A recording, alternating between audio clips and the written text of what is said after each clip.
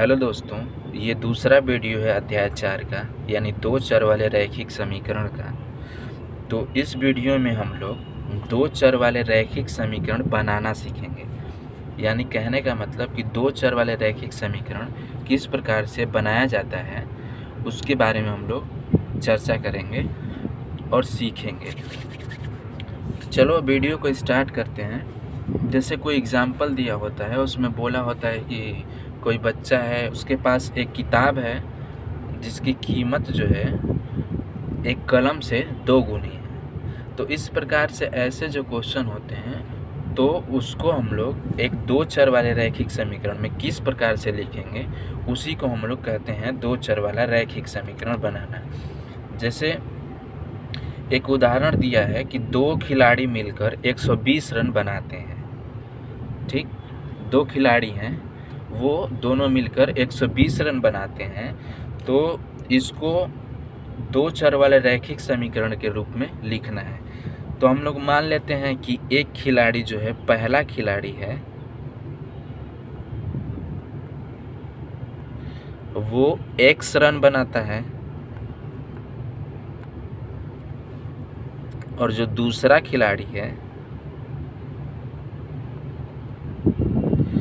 वो y run बनाता है। बात समझ आ रही?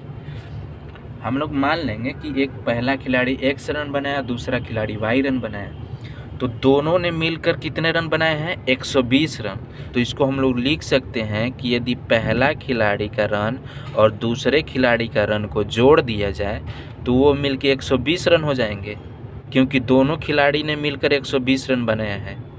तो इस प्रकार से पहले खिलाड़ी का रन और दूसरे खिलाड़ी का रन आपस में जोड़ देंगे तो 120 रन प्राप्त हो जाएगा। तो इस तरह से इस प्रकार के क्वेश्चन का हम लोग समीकरण बना लेंगे। इसमें देखो दो चर हैं, एक x है, एक y है। बात समझ आई? तो ऐसे करके दो चर वाले रैखिक समीकरण का निर्माण किया जाता है। जैसे एक और एग्जाम्पल मान लो, ले लो कि जैसे राकेश के पास मोहन से 2 गुना अधिक पैसा है। राकेश के पास मोहन से 2 गुना अधिक पैसा है। इसका कहने का मतलब कि मान लो राकेश के पास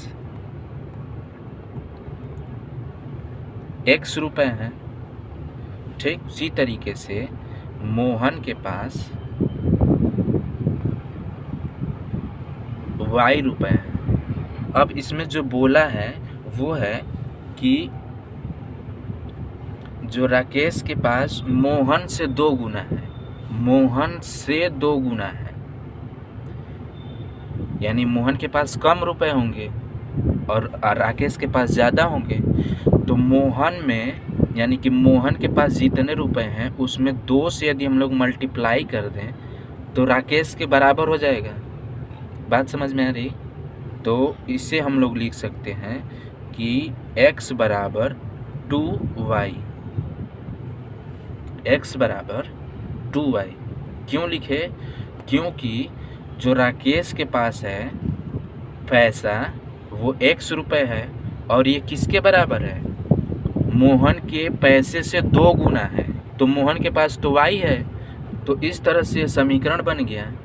अब देखो, इसको दो चर वाले रैखिक समीकरण के रूप में लिखेंगे तो इसको इधर बाएं पक्ष में भेज देंगे तो ये हो जाएगा x माइनस 2y बराबर 0। देखो, ये दो चर वाले रैखिक समीकरण के रूप में हो गया। यदि आप लोगों को नहीं समझ में आ रहा तो यहाँ पे x माइनस 2y प्लस 0 बराबर 0, ये c वाला हो गया। बात समझ आ रही? तो इस प्रकार से हम लोग रैखिक समीकरण दो चर वाले के रूप में बनाते हैं। अब देखो, एक दूसरा उदाहरण दिया हुआ है कि मेरी माँ की उम्र मेरी उम्र से 3 गुने से 8 वर्ष अधिक है। जो मेरी माँ है उसकी उम्र और मेरी उम्र की तुलना की गई है। तो मेरी जो उम्र है उससे 3 गुने से 8 वर्ष अधिक मेरी माँ की उम्र है। इसका हमें दो चर वाला रैखिक समीकरण बनाना है। तो हम लोग कहेंगे कि मानो यानी मान लो मेरी माँ की उम्र x वर्ष है, ठीक, और मेरी उम्र y वर्ष है, ठीक। मेरी माँ की उम्र x वर्ष है और मेरी उम्र y वर्ष है। चूंकि हमें दो चर वाला रैखिक समीकरण बनाना है तो समीकरण में इक्वालिटी की चिन्ह रहती है, तो हम लोग क्या करेंगे, माँ की उम्र को इस अपने उम्र के इक्वल करने की कोशिश करेंगे। तो जो यहाँ पे सूचना दी होगी उसी सूचना के हिसाब से हम लोग करेंगे। तो इसमें जो सूचना है उसके हिसाब से हम लोग इसको बराबर करने की कोशिश करेंगे। तो इसमें लिखा है मेरी माँ की उम्र मेरी उम्र से 3 गुने से 8 वर्ष अधिक है। यानी जो माँ की उम्र है x वर्ष वो मेरी उम्र से यानी कि मेरी उम्र y से कितना गुना, 3 गुने से 8 वर्ष अधिक है। तो इस प्रकार ये हो गया समीकरण। कैसे हुआ, जो माँ की उम्र है वो बराबर है यानी है मेरी उम्र से 3 गुने से, तो 3 का इसमें गुणा हो गया। अब चूंकि 3 गुने से 8 वर्ष अधिक है, अभी 3 गुना भी है और उससे भी 8 वर्ष अधिक, तो 3 गुने में 8 वर्ष और जोड़ देंगे तो ये हो जाएगा मेरी माँ की उम्र के बराबर। तो माँ की उम्र है x वर्ष, तो x वर्ष के बराबर हो गया 3 गुणे y प्लस 8 वर्ष। तो इसको हम लोग लिख सकते हैं x माइनस 3y माइनस 8 बराबर 0। इसको बाएं पक्ष में ला दिए तो इस प्रकार से समीकरण बन गया। अब जैसे कहीं कहीं पे लिखा होता है, जैसे मान लो कि x बराबर है -5, इसको हमें दो चर वाले रैखिक समीकरण के रूप में लिखना है। तो क्या करेंगे हम लोग, दो चर वाले रैखिक समीकरण के लिए दो चर चाहिए, तो यहाँ पे एक चर है, तो हम लोग क्या करेंगे, इसको लिखेंगे, देखो x प्लस 0 बराबर -5।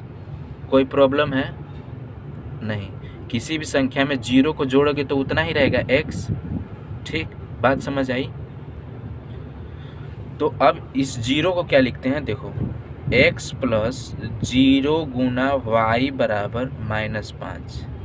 यदि 0 में किसी संख्या का हम लोग गुणा करेंगे तो 0 के ही बराबर रहेगा, तो इस 0 को हम लोग इस रूप में लिख दिए। अब देखो दूसरा चर भी आ गया, ठीक। अब इसको हम लोग लिखेंगे x प्लस 0y माइनस, यहाँ पे 5 है तो इधर आएगा तो +5 हो जाएगा बराबर 0। ये देखो दो चर वाले रैखिक समीकरण के रूप में बन गया। इसी प्रकार से यदि दिया हो y बराबर 2, तो इसमें भी एक चर है, तो इसको हम लोग क्या लिखेंगे, y प्लस 0 बराबर 2 लिख सकते हैं कि नहीं। 0 को किसी संख्या में जोड़ोगे तो उतना ही रहेगा जितनी संख्या रहेगी। अब इस 0 को हम लोग लिखेंगे y प्लस 0 गुणा x, चूँकि y है तो x हम लोग लिए हैं, तो ये हो गया 2। बात समझ आ रही है, 0 में x का गुणा करेंगे तो 0 के बराबर आया गया। अब इसको हम लोग लिख सकते हैं 0 गुणा x प्लस y बराबर 2।